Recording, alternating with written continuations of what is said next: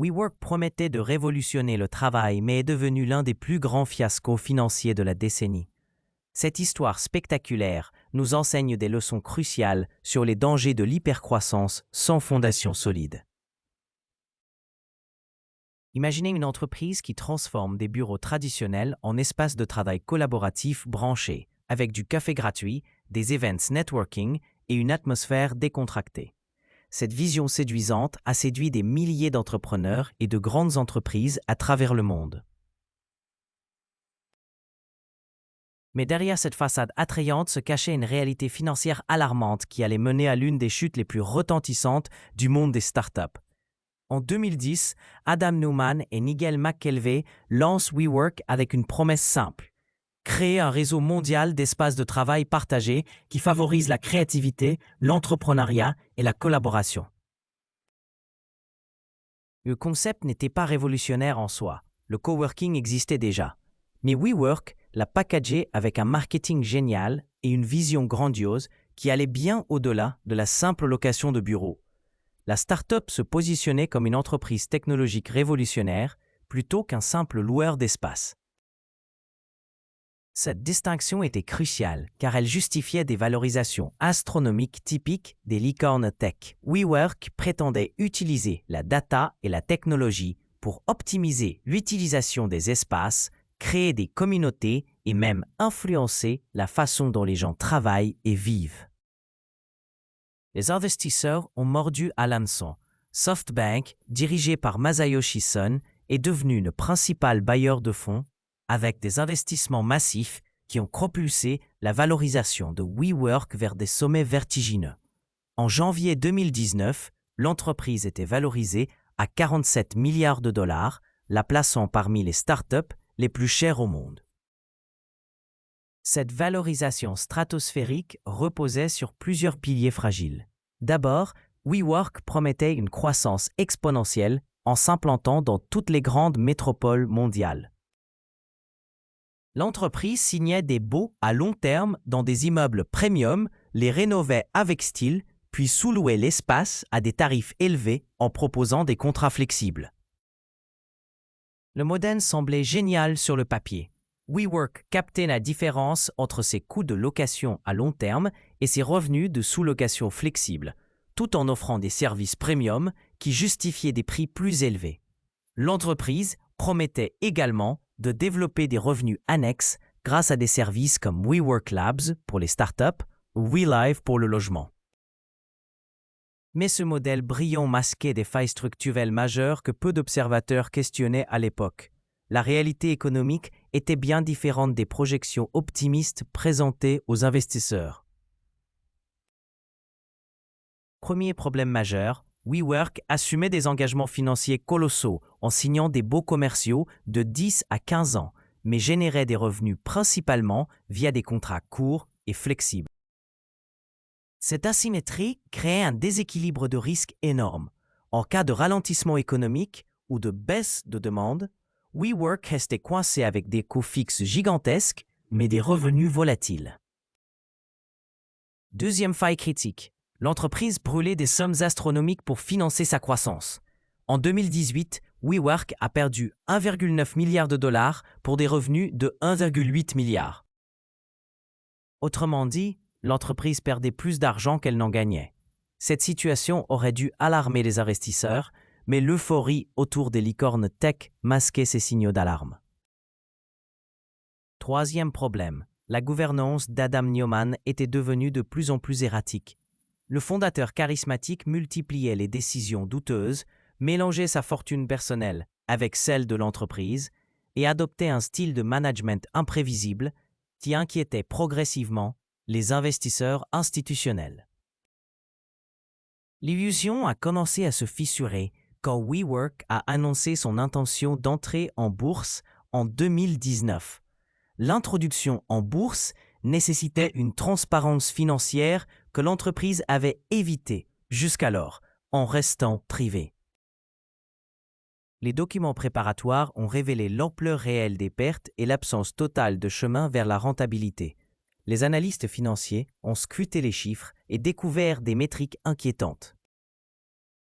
WeWork inventait même ses propres indicateurs comme le Community Adjusted EBITDA pour masquer ses pertes réelles. Cette créativité comptable a éveillé les soupçons et alimenté les questions sur la viabilité du modèle économique. Les conflits d'intérêts d'Adam Neumann ont également émergé au grand jour. Le fondateur possédait personnellement certains immeubles qu'il louait ensuite à WeWork, créant des situations où il profitait des deux côtés de la transaction.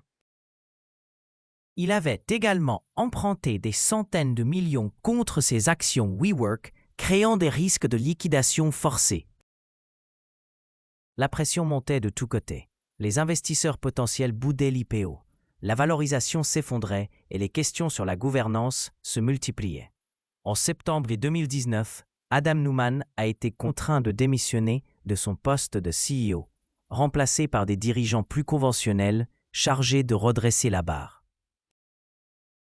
Mais le mal était fait. L'IPO a été annulé. La valorisation a chuté de 47 milliards à moins de 8 milliards de dollars en quelques mois.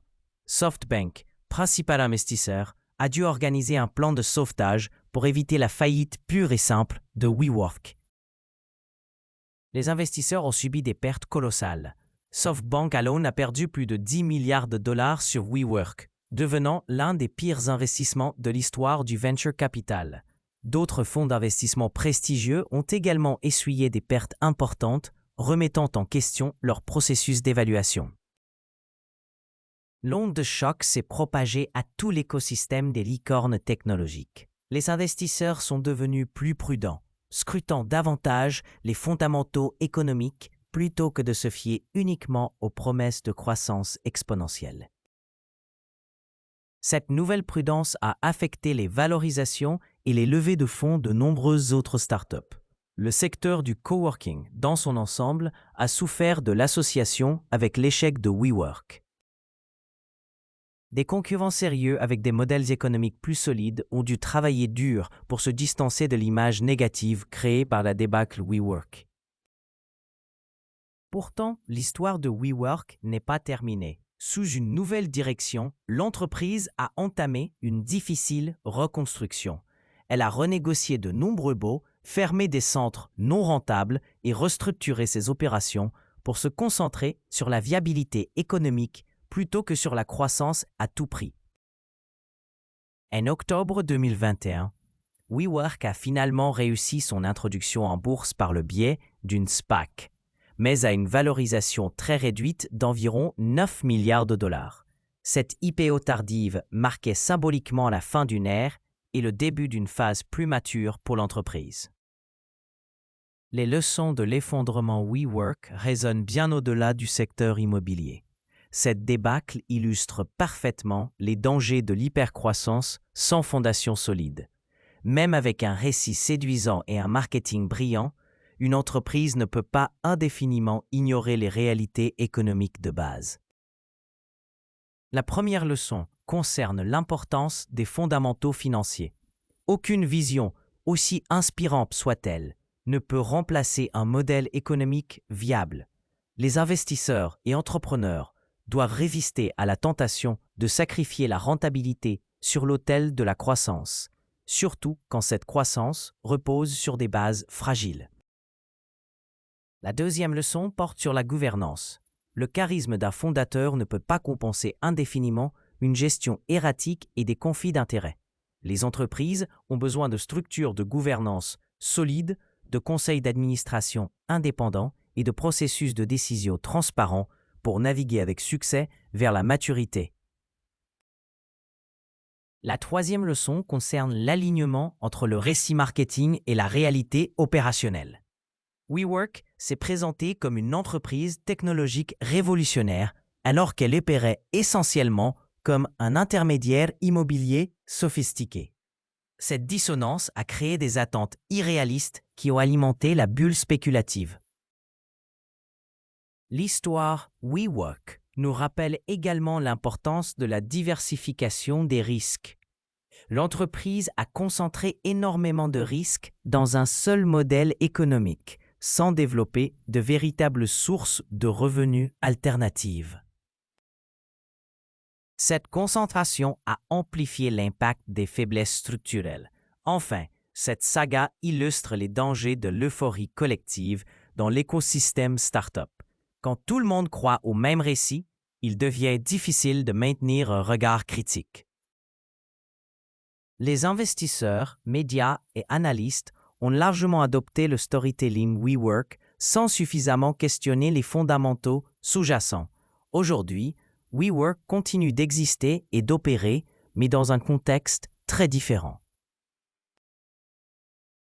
L'entreprise a appris à ses dépens qu'il faut construire sur du solide avant de viser les étoiles. Cette transformation douloureuse mais nécessaire pourrait finalement permettre à WeWork de devenir l'entreprise viable qu'elle prétendait être depuis le début. L'histoire de WeWork restera comme l'un des cas d'étude les plus fascinants de la folie spéculative des années 2010, mais aussi comme un rappel salutaire que même les récits les plus séduisants doivent s'ancrer dans la réalité économique pour survivre à long terme.